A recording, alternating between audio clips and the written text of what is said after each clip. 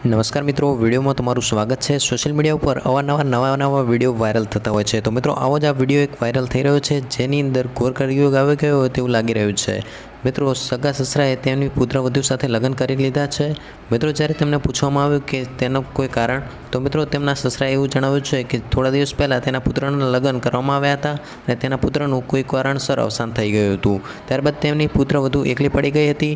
એ કારણોસર તેમણે તેમની સાથે લગ્ન કરી લીધા છે।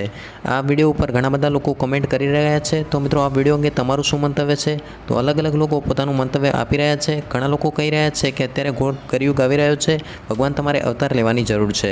તો મિત્રો આ રીતે આ વિડીયો ખૂબ જ વાયરલ થઈ રહ્યો છે અને લગભગ આ વિડીયોની અંદર 1.5 મિલિયનથી પણ વધારે વ્યૂઝ છે।